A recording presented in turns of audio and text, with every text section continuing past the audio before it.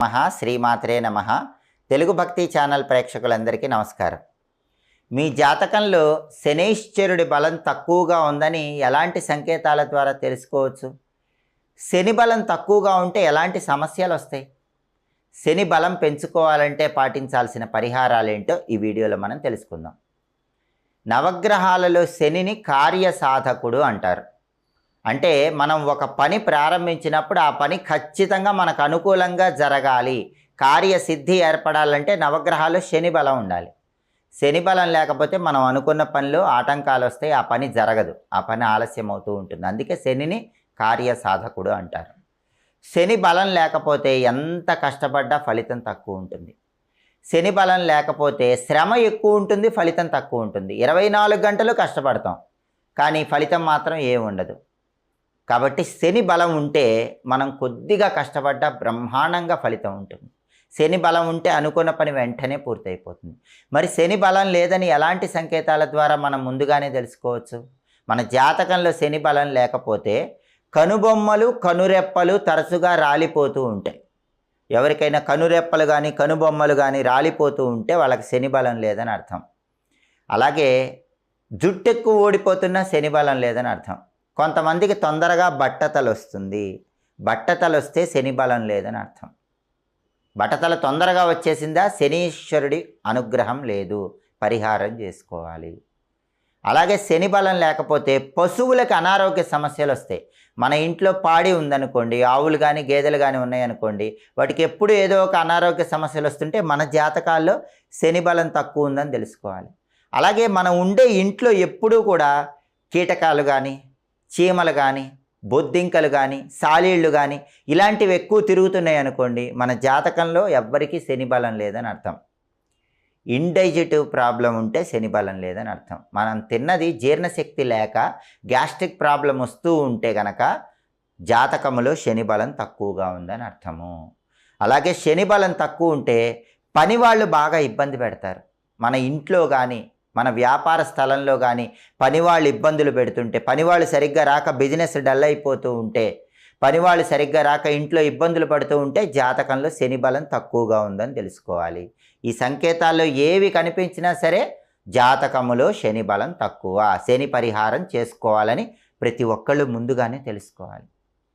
మరి అలాంటప్పుడు శని బలం తక్కువ ఉన్నప్పుడు శనికి ఏ శక్తివంతమైన పరిహారాలు చేసుకోవాలంటే, అన్నిటికంటే శక్తివంతమైన పరిహారం ఏంటంటే ఇంటికి నైరుతి మూల కలబంద పెంచాలి. అందరూ సహజంగా ఇంటి ఆవరణలో కుండీలో కలబంద పెంచుతూ ఉంటారు. చాలామంది ఇంటి గుమ్మానికి తలకిందులుగా కలబందను వేలాడదీస్తారు. కలబంద ముక్కోటి దేవత స్వరూపం. కలబంద ఉండటం మంచిదే, కానీ శనైశ్చరుడు అనుగ్రహించాలంటే ఇంటికి నైరుతిలో కలబంద పెంచండి. అప్పుడు జాతకంలో విపరీతంగా శని బలం పెరుగుతుంది, అన్ని సమస్యలు తొలగిపోతాయి.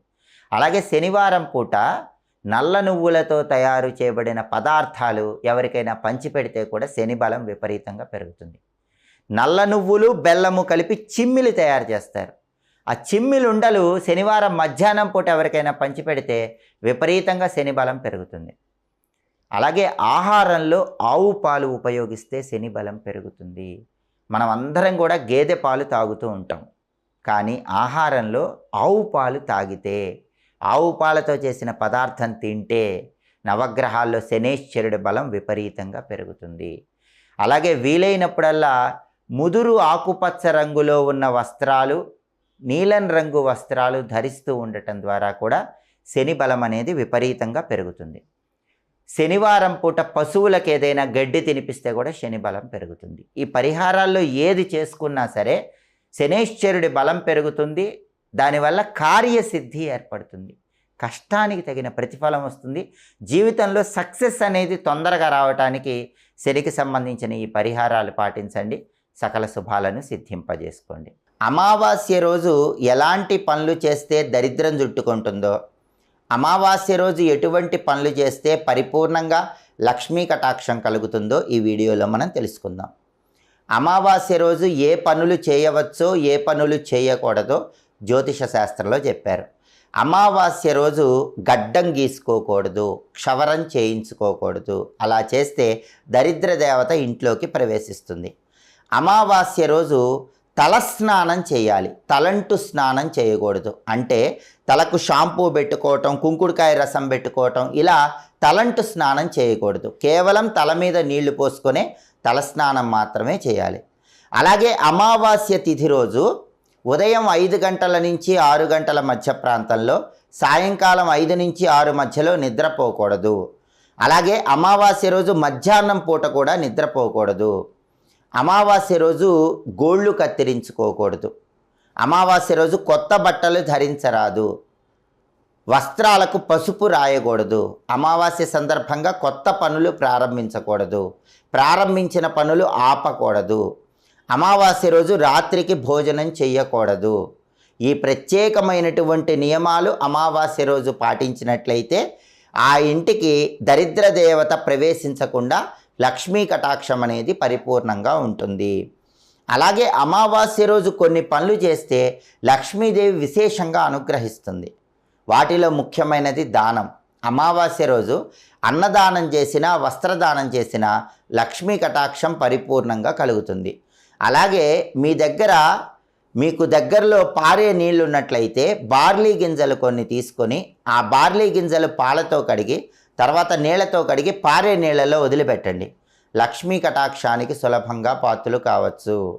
అమావాస్య రోజు ఎవరైతే దేవాలయ ప్రాంగణంలో వీలైనంత మందికి నిమ్మకాయ పులిహోర పంచిపెడతారో వాళ్ళకున్నటువంటి ఆర్థిక ఇబ్బందులన్నీ తొలగిపోయి లక్ష్మీ కటాక్షానికి సులభంగా పాత్రలు కావచ్చు.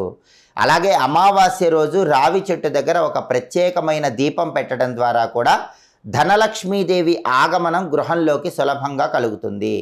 అమావాస్య రోజు ఎవరైనా సరే ఉదయం పూట రావి చెట్టు దగ్గరకు వెళ్ళి ఒక మట్టి ప్రమిదలో ఇంకొక మట్టి ప్రమిద ఉంచి దానిలో ఆవాల నూనె పోసి 12 ఒత్తులు విడిగా వేసి దీపాన్ని వెలిగించండి. అలా దీపం పెడితే లక్ష్మీ కటాక్షం సులభంగా కలుగుతుంది.